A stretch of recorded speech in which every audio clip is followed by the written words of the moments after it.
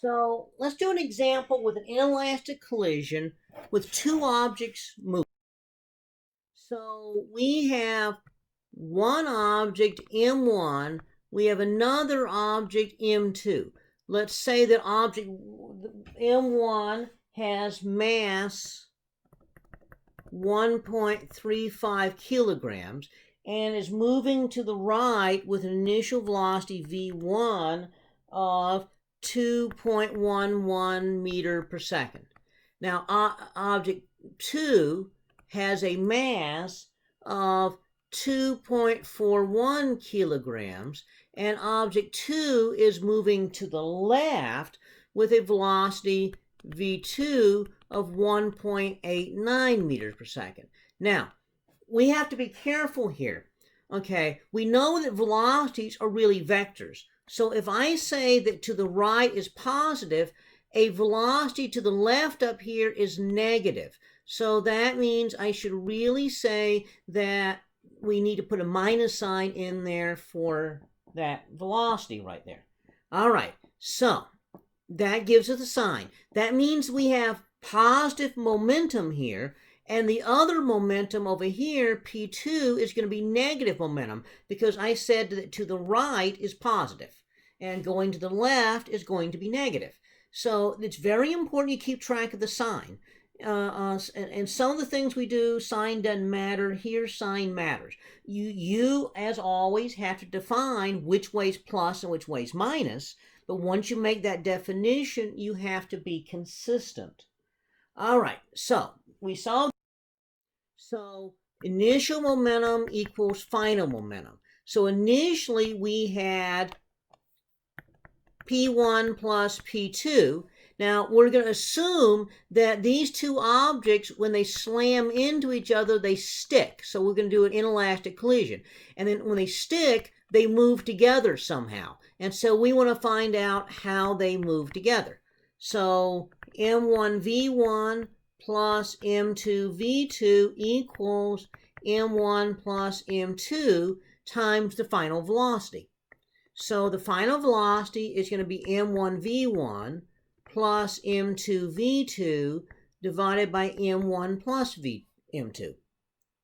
So plug in our numbers. So that means this is going to be 1.35 kilograms times 2.11 meters per second, okay, plus 2.41 kilograms times a negative 1.89 meters per second, okay, divided by 1.35 kilograms plus 2.41 kilograms. So the final velocity is minus 0.454 meters per second. So that means it's moving to the left. Okay, so you had one object moving to the right, the other object moving to the left, and then after they slam into each other, the collection is moving to the left, albeit slowly. Okay, now we could also figure out energy here as well if we wanted to do that. So the initial kinetic energy, you have two objects moving, M1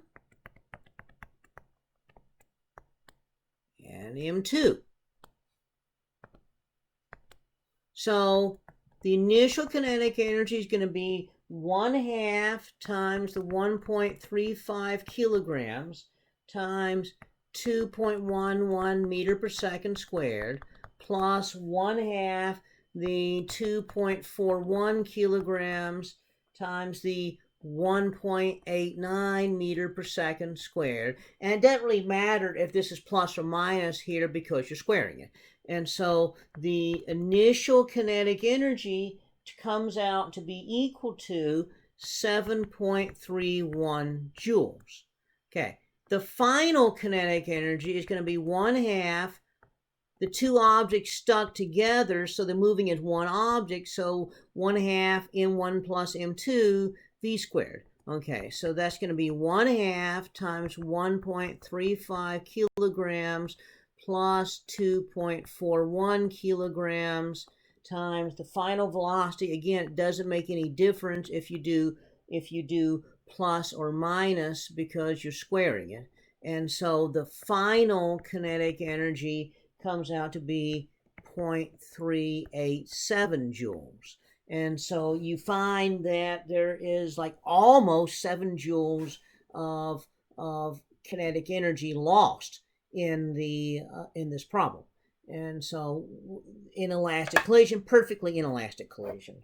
And so, as I said, the perfectly inelastic collision gives you the maximum amount of energy lost, mechanical energy lost.